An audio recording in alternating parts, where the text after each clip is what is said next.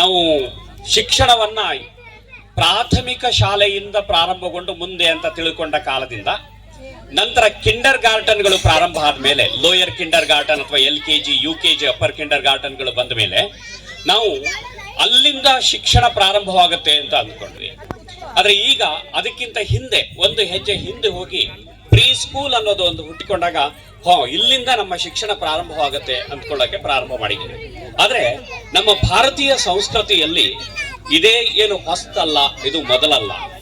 ನಮಗೆ ಗೊತ್ತಿದೆ, ಗರ್ಭಸ್ಥವಾದ ಶಿಶುವಿಗೂ ಕೂಡ ಶಿಕ್ಷಣ ಪ್ರಾರಂಭ ಆಗುತ್ತೆ. ಅಲ್ಲಿಂದ ನಿಜವಾದ ಶಿಕ್ಷಣದ ಸಂಸ್ಕಾರವನ್ನ ನಾವು ಪ್ರಾರಂಭ ಮಾಡಬೇಕು ಅಂತ. ಗರ್ಭಸ್ಥ ಶಿಶು, ಅದಕ್ಕೆ ಮಹಾಭಾರತದಲ್ಲಿ ಅತ್ಯುತ್ತಮವಾದಂತಹ ಒಂದು ಘಟನೆ ಸಿಗ್ತದೆ. ನಾವು ಅಭಿಮನ್ಯುವಿನ ಕಥೆಯನ್ನು ಕೇಳ್ತೇವೆ. ಕೃಷ್ಣ ಸುಭದ್ರೆಯನ್ನ ಕರೆದುಕೊಂಡು ಹೋಗ್ತಾ ಇರುವಂತಹ ಸಂದರ್ಭದಲ್ಲಿ ಅವಳಿಗೆ ಬಳಲಿಕೆ ಆಗತ್ತೆ.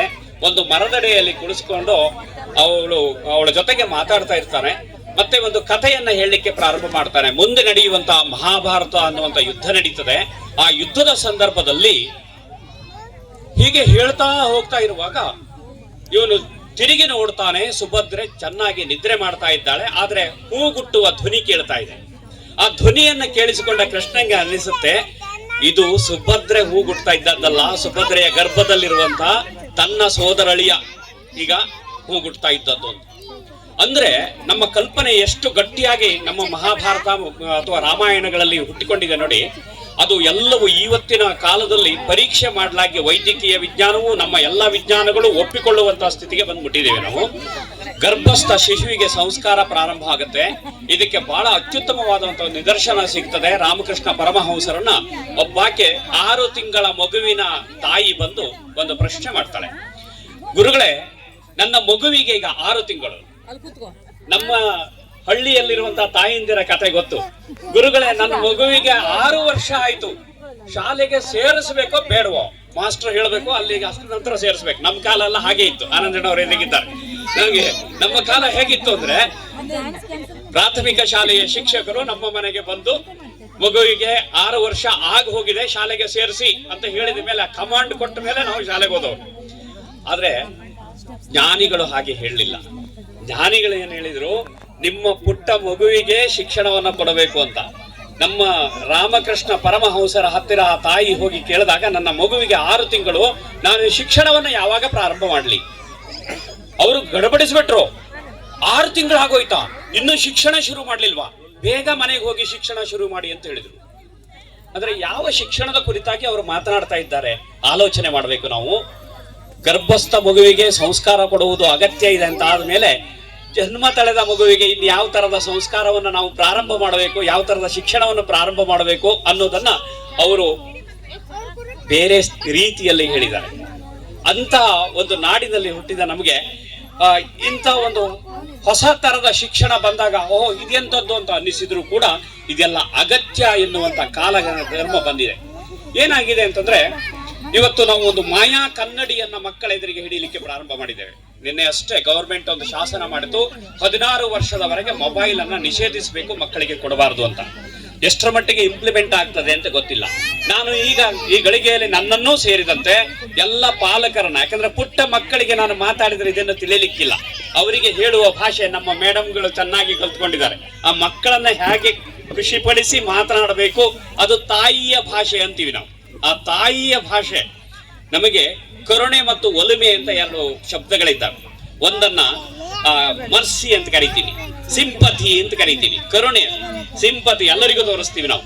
ಆದ್ರೆ ಇನ್ನೊಂದಿದೆ ಮಮತೆ ಅಥವಾ ಒಲಮೆ ಅಂತ, ಅದಕ್ಕೆ ಎಂಪತಿ ಅಂತೀವಿ. ಈ ಸಿಂಪತಿ ಮತ್ತು ಎಂಪತಿಗಳ ನಡುವೆ ಬಹಳ ದೊಡ್ಡ ವ್ಯತ್ಯಾಸ ಇದೆ. ಪೂತಿನ ಅವರು ನಮ್ಮ ರಾಷ್ಟ್ರದ ದೊಡ್ಡ ಕವಿಗಳು, ಅವರೊಂದು ಪದ್ಯ ಬರೀತಾರೆ, ನನ್ನ ನಾಯಿ ಅಂತ.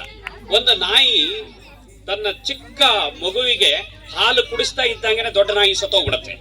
ಆ ಮರಿಯನ್ನ ಒಬ್ರು ಕರ್ಕೊಂಡು ಹೋಗಿ, ಕವಿ ಅಂತಾನೆ ಇಟ್ಕೊಳ್ಳೋಣ, ಕರ್ಕೊಂಡು ಹೋಗಿ ಮನೆಯಲ್ಲಿ ಸಾಕ್ತಾರೆ. ಆ ಸಾಕುವಾಗ ಅದಕ್ಕೆ ಕುತ್ತಿಗೆಗೆ ಬೆಲ್ಟ್ ಕಟ್ಟಿ ಅದನ್ನೆಲ್ಲ ಪೋಷಣೆ ಮಾಡಿ ಮಕ್ಕಳ ಜೊತೆಗೆ ಆಟ ಆಡೋದಕ್ಕೆ ಬಿಟ್ಟು ಎಲ್ಲಾ ಮಾಡ್ತಾರೆ. ಮಕ್ಕಳೆಲ್ಲ ನಲಿತಾರೆ. ಆದ್ರೆ ನಾಯಿಗೆ ಒಂದು ನಿರ್ಬಂಧ ಇದೆ, ಅದು ನಾಯಿ ಅಲ್ವಾ, ಹಾಗಾಗಿ ಮನೆ ಒಳಗೆ ಬರಬಾರ್ದು. ಇವತ್ತಿನ ನಾಯಿ ಬಗ್ಗೆ ಮಾತಾಡ್ತಾ ಇಲ್ಲ ನಾನು, ನಮ್ಮ ಸಾಂಪ್ರದಾಯಿಕ ನಾಯಿಯ ಬಗ್ಗೆ ಮಾತಾಡ್ತಾ ಇದ್ದೇನೆ. ಆಧುನಿಕ ನಾಯಿಯ ಬಗ್ಗೆ ಮಾತಾಡ್ತಾ ಇಲ್ಲ. ಅದಕ್ಕೆ ಮನುಷ್ಯರಿಗಿಂತ ಹೆಚ್ಚಿಗೆ ಇಂಪಾರ್ಟೆನ್ಸ್ ಇದೆ. ಈಗ ಆ ನಾಯಿಯನ್ನ ಹೊರಗೆ ನಿಲ್ಲಿಸ್ತಾರೆ. ಅದು ಅದು ಅರ್ಥ ಮಾಡ್ಕೊಳ್ಳುತ್ತೆ. ನಾಯಿ ಬುದ್ಧಿವಂತ, ಬಹಳ ಕಲ್ತ್ಕೊಳ್ಳುತ್ತೆ. ನಾನು ಈ ಗೇಟ್ ದಾಟಬಾರದು, ಈ ಹೊಸ್ತಿಲು ದಾಟಬಾರದು, ಇದೆಲ್ಲ ಅದಕ್ಕೆ ಪಾಠ ಕಲಿತದೆ, ಒಳಗೆ ಬರೋದಿಲ್ಲ. ಮಕ್ಕಳ ಜೊತೆಗೆ ಆಟ ಆಡ್ತದೆ, ಇವರಂಗೆ ನೆಗೀತದೆ, ಎಲ್ಲ ಮಾಡ್ತದೆ, ಆದ್ರೆ ಒಳಗೆ ಬರೋದಿಲ್ಲ. ಅದೇ ಒಂದು ವಿಪರೀತವಾದ ಚಳಿಯ ದಿನ, ಯಾರೋ ಒಬ್ಬವನು ಕುರುಬ ತನ್ನ ಕುರಿಗಳ ಜೊತೆಗೆ ಬಂದು ಅವರ ಮನೆಯ ಅಂಗಳದಲ್ಲಿ ಮಲಗುತ್ತಾನೆ. ಬೆಳಗಾಗೋದ್ರೊಳಗೆ ನಾಯಿ ಮರಿ ಇಲ್ಲ. ನಾಯಿ ಮರಿಯನ್ನ ಹುಡ್ಕೊಂಡು ಹೋಗ್ತಾರೆ. ಮಕ್ಕಳ ದಂಡೆ ಇದೆ, ಎಲ್ಲರಿಗೂ ಬೇಸರ. ನಾಯಿ ಕಳೆದೋಗಿದೆ, ಎತ್ಕೊಂಡು ಹೋಗಿದ್ದಾರೆ, ಯಾರ ಕದ್ದು ಬಿಟ್ಟಿದ್ದಾರೆ, 108. ಹಾಗೆ ಹುಡ್ಕೊಂಡು ಹೋದಾಗ ಒಂದು ಕಡೆಗೆ ಒಬ್ಬ ಕುರುಬನ ಪಕ್ಕದಲ್ಲಿ ಆ ಮರಿ ಮಲ್ಕೊಂಡಿದೆ. ನೀನು ಕದ್ಕೊಂಡು ಬಂದಿದೀಯ ಅಂತ ಹೇಳಿದ್ರೆ ಖಂಡಿತ ಇಲ್ಲ ಅಂತಾನೆ. ನಾವು ಎಳ್ಕೊಂಡು ಹೋಗ್ತೀವಿ ಅಂದ್ರೆ ಬೇಸರ ಪಟ್ಕೊಳ್ತಾನೆ. ಆವಾಗ ಆ ನಾಯಿಯ ಮರಿಯ ಕುತ್ತಿಗೆಗೆ ಹಗ್ಗ ಕಟ್ಟಿ ಎಳ್ಕೊಂಡು ಬರ ಒದ್ದಾಡ್ತಾ ಇರೋದನ್ನ ನೋಡದೆ ನನ್ನ ಕಂಬಳಿಯ ಪಕ್ಕ ಬಂತು, ಅದಕ್ಕೆ ಹಾಸಿ ಮಲಗಿಸಿದೆ, ನನ್ನ ಬಿಸಿ ತೆಕ್ಕೆಯಲ್ಲಿ ಅದನ್ನು ಇಟ್ಟುಕೊಂಡೆ, ಅದಕ್ಕೆ ಆಪ್ಯಾಯಮಾನ ಆಯಿತು ಅಂತ ಕಾಣ್ತದೆ. ಬೆಳಿಗ್ಗೆ ಹೊರಟಾಗ ನನ್ನ ಜೊತೆಗೆ ಬಂತು. ನಿಮ್ಮ ಕರುಣೆ ಎಲ್ಲ ತಾಗೋದಿಲ್ಲ, ಇದಕ್ಕೆ ಬೇಕಾದದ್ದು ಒಲುಮೆ, ಎಂಪತಿ, ನಾಟ್ ದ ಸಿಂಪತಿ. ಹೀಗಿದ್ದಿದ್ರಿಂದ ನಮ್ಮ ಮಕ್ಕಳನ್ನ ನೋಡಿಕೊಳ್ಳುವ ಕ್ರಮ ಏನು? ನನ್ನ ಮೊಬೈಲ್ ಮಾಯಾಜಾಲದ ಒಳಗೆ ಅದನ್ನು ಹುದುಗಿಸಿಟ್ಟು ಈಗ ಅಳುವುದನ್ನು ನಿಲ್ಲಿಸಬಹುದು. ಆದರೆ ನಾಳೆ ಜಗತ್ತಿನ ಎದುರಿಗೆ ಅಳುವ ಮಗುವನ್ನ, ಬೆಳೆದ ಮಗು ಅಳುವಂತೆ ಆಗುವುದನ್ನು ನೋಡೋದು ಹಿಂಸೆಯ ಕೆಲಸ.